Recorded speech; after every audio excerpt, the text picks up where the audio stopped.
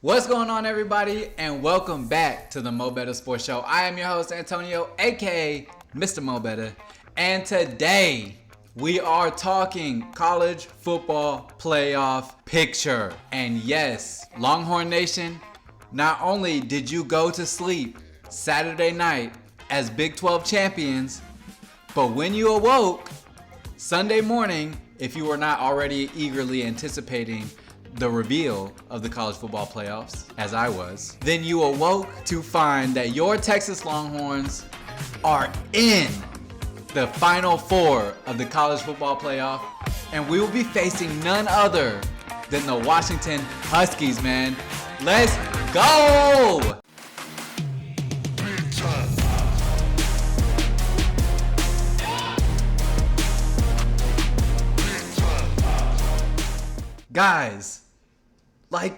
Guys, y'all do not understand how significant this is. This is truly astonishing. It's mind-blowing. It's exciting. It's everything, man. It's wonderful. It's a beautiful, incredible time to be a Texas Longhorn fan. I can't even begin to explain how surreal it feels to be, even as a fan, in this position. The last 15 years have just been so terrible, man. Like, over half of my life, the Texas Longhorns have been an irrelevant program year in and year out. And to finally have it come full circle 14 years later, to have the Texas Longhorns reach their first college football playoff berth in program history, it feels amazing.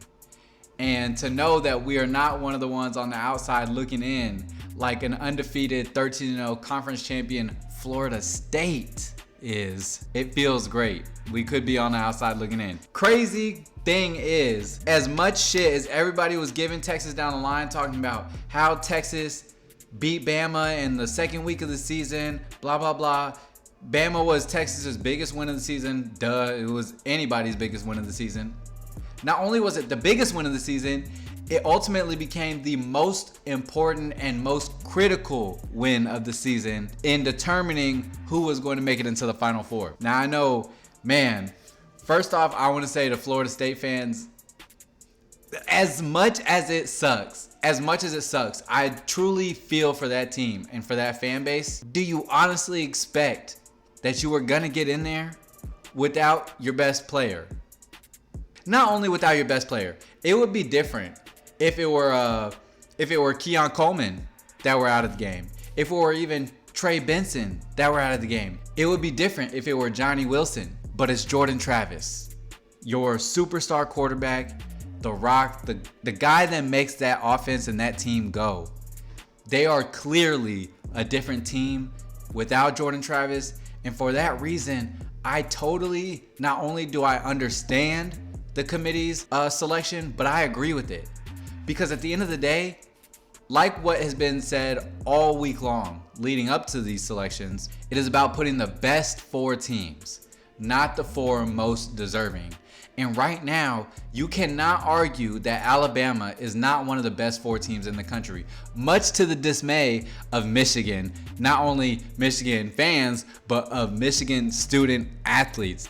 Did y'all see the reaction from the football team when they realized they were not going to get a cupcake in Florida State as their first round game, and instead it was going to be Alabama, the Crimson Tide, that just upset 29-game win streak, two-time national champion Georgia Bulldogs in the SEC championship. Woo! One spot, your score, plays Michigan, number 5, heartbroken. Who's number 4?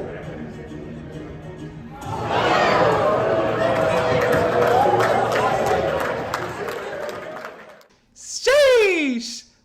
That's a team that knows they're in danger. One thing about this playoff selection, the way that it panned out, all of these teams match up very, very well against each other. And it just so happens that I think Texas and Alabama are the two teams to beat. They're the two teams to beat. And I said this way back after the Oklahoma loss. I said, as long as Texas continues to win and wins out, wins the Big 12 title, gets to the Big 12 title, and wins the Big 12 title, we're going to be in the playoff. 6 weeks later, we go down and we beat Tech in Lubbock. And the way we beat them, I said, look, the way this team looks right now, there's no way if they win the Big 12 title, they are kept out of the playoff. Fast forward a week, we absolutely fucking obliterate Oklahoma State in dominant fashion, in historic fashion, in record fashion in a Big 12 championship game. And I came on and I said immediately afterwards, there is absolutely no doubt in my mind that the Texas Longhorns are going to be in the playoff. They cannot keep them out. They were the only team all weekend to just completely obliterate their opponent in the championship game. That was the signal. That was the sign. That was the proof, the eye test, the evidence. That was everything you needed. Go ahead and scoot Texas on in. Alabama, again, rightfully deserves, in my opinion, not deserves, Alabama should be there because at this point in the season, they look like the fourth best team, or they look like a top 4 team at least. We're not going to go too deep into Alabama and Michigan, not at least in this segment, but Michigan, Alabama, first semifinal game, January 1st, that is going to be a slobber knocker. I am really excited to see this. Not only is it going to be a clash of two very, very, very good teams, but two excellent head coaches, one of the best ever, if not the best ever, in Nick Saban, the best ever in Nick Saban, and then one of the most controversial but also most talented and downright great coaches that we've seen in college football, in Jim Harbaugh. That is going to be an excellent matchup. Now we're going to shift our focus to Washington, Texas Longhorns, man. This is the beautiful thing about this matchup. Not only did we get our revenge against every single Big 12 team, the Hateful Eight took all of them, all 8 of them, crossed them off the checklist, beat the shit out of Oklahoma State in the championship game to cross that one out. The revenge tour continues because guess who we played last year? If you weren't watching, or if you're new to football or to college football, or if you're new to being a Texas Longhorn fan, which there's a lot of them out there, and that's okay, we accept you. Last year in the Alamo Bowl, Washington beats Texas 27-20.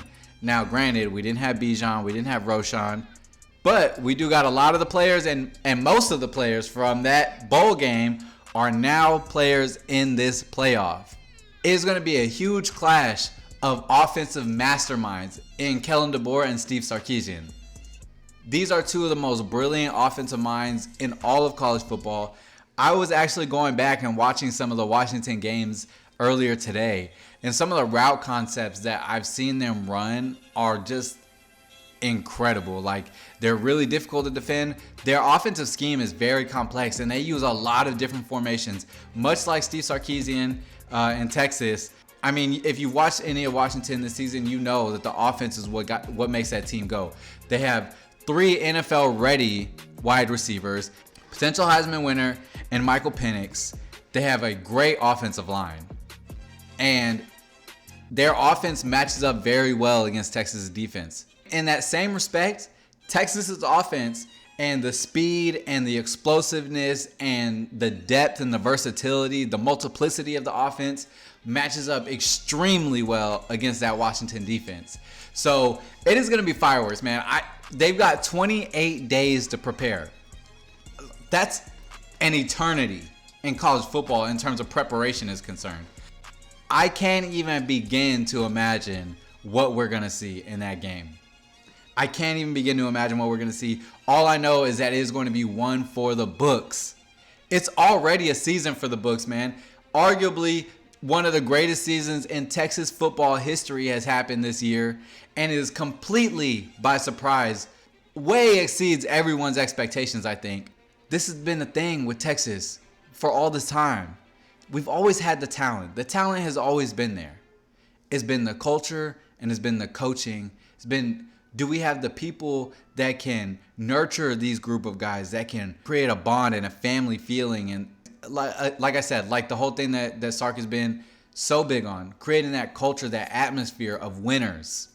Think about that, man. 3 years ago, Texas is 5-7 and losing 57-56 in overtime to the Kansas Jayhawks.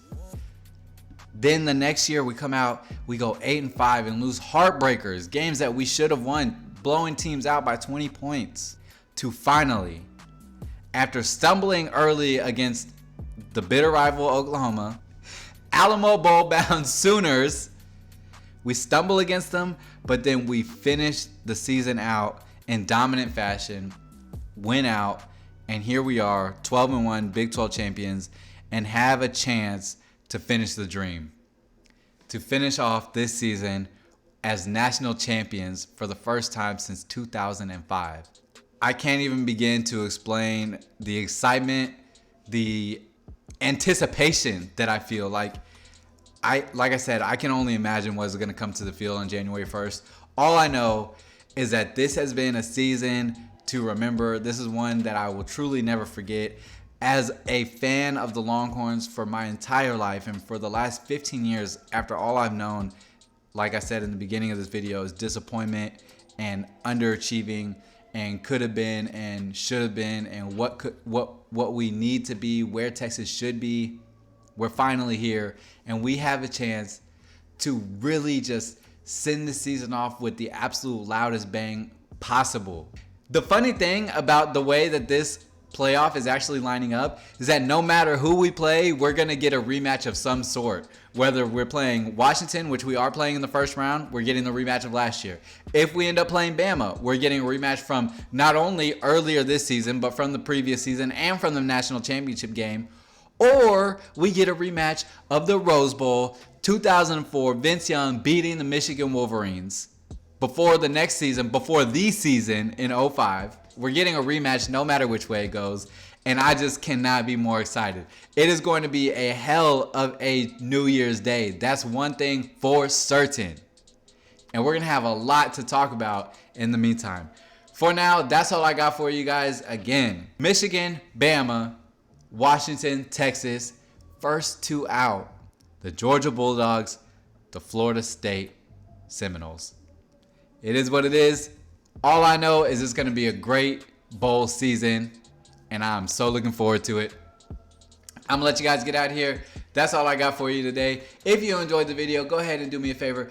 Subscribe to the channel. Leave a comment. Let me know who you guys think are going to win, who you think is going to be in the national championship game.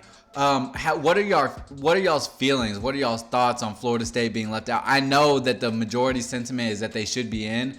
I humbly disagree, and I can, I'm willing to debate that anytime. At the end of the day, it doesn't really matter. The committee decided what they decided. Florida State is one of the first two out, along with Georgia.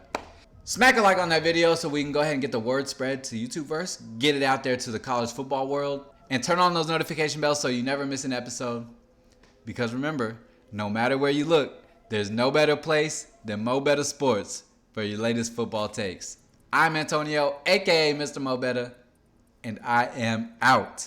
Your Longhorns are college football playoff bound, baby. Hook 'em. Peace.